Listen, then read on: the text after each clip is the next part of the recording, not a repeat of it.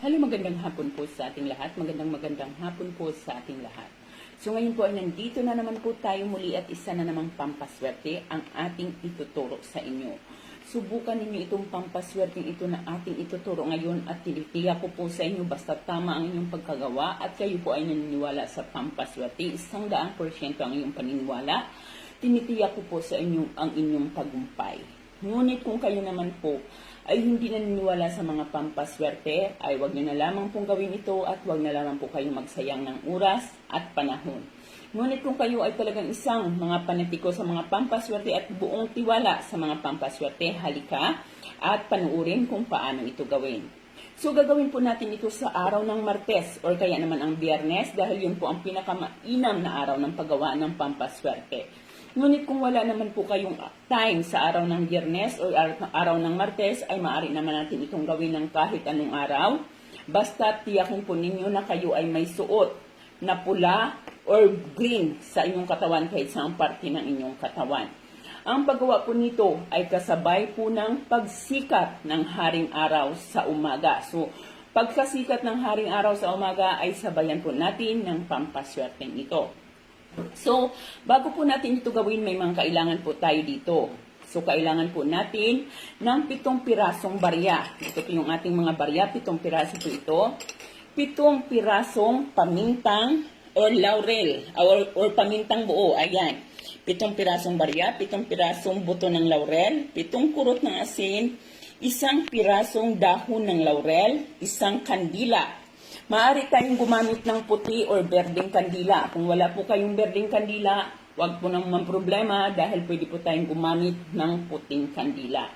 Kailangan din natin ng clear glass. Clear glass, dapat po ang ating clear glass ay mayroong tubig. Kung kayo ay makakakuha ng tubig ulan, mainam po itong gamitin. Ngunit kung wala naman po talaga kayong makuhanan ng tubig ulan, ay gumamit po kayo ng tubig inumin. Inuming tubig po ang ating gagamitin, huwag po yung running water.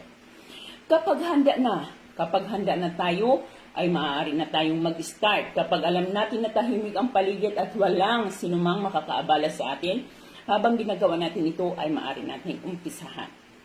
So, ang unang-una po natin gawin ay kuhanin natin ang mga barya at ilulubog natin ito dito sa ating baso na may tubig. So, dapat po, kapag inilagay po natin ang mga barya, ay nakaharap yung tao sa atin. So, dapat paharap po yung tao sa atin. So, ayan. 1, 2, 3, 4, 5, 6, at 7. Kapag nailagay na po natin ang ating mga barya, ay isusunod nating ilagay ang ating 7 piraso ng ating paminta. 1, 2, 3, 4, 5, 6,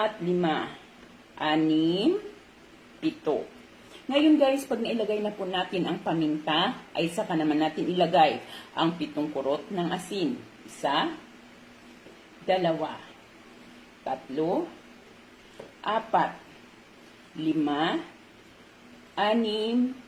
at 7. Yan. Ngayon, bibilang po tayo ng 7 minuto. 7 minuto po. Hawak-hawakan mo ang pamintang ito. Ang laurel na ito. Hawakan mo ang laurel na ito at saka mo ulit-uliting bigkasin ang iyong mga kahilingan, ang iyong intensyon.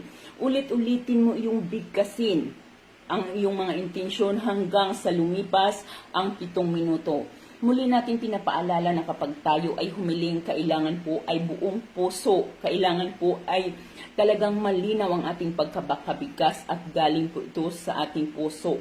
Sapagkat ang kahilingan hindi lamang po basta yan hinihiling. Dapat po may damdamin ang ating paghiling habang hinihiling natin ito. Habang tayo ay humihiling, paganahin natin ang ating law of attraction. Paganahin natin ang ating law of attraction, habang humihiling ka ay ikiniklaim mo din ito ng iyong kahilingan ay nagkakaroon ng katuparan.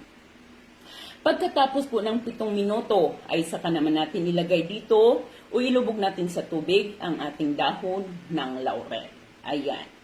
Pagkatapos po na ilubog na po natin ang ating dahon ng laurel, kuhanin mo ang posporo at sindihan mo ang ating kandila. So, ayan. sisindihan na natin ang ating kandila. Ayan. Ayan. Kapag nasindihan na po natin ang ating kandila, so ayan, nasindihan na natin ang kandila, ay hawakan mo ito sa iyong mga kamay. Hawakan mo ito sa iyong mga kamay at habang nakasindi ang kandila, ay muli mong usalin, muli mong bigkasin ang iyong mga kahilingan ng 7 beses. 7 beses mong ulit-ulitin ang iyong mga hiling, ang iyong mga intensyon. Muli mo yung hilingin dito at pagkatapos ay iwanan mo ito sa labas. Hayaan mo itong masinaga ng araw sa loob ng 1 oras. Habang pinapasinaga natin ito ay maaari na nating patayin ang ating kandila. Ngayon, pagkatapos ng 1 oras, ipasok mo ito sa loob ng inyong bahay. Kung kayo ay may mga altar, ilagay niyo muna ito sa altar at sindihan mong muli ang kandila at hayaan mo ito sa altar ng 7 minuto habang nakasindi ang ating kandila ng 7 minuto din.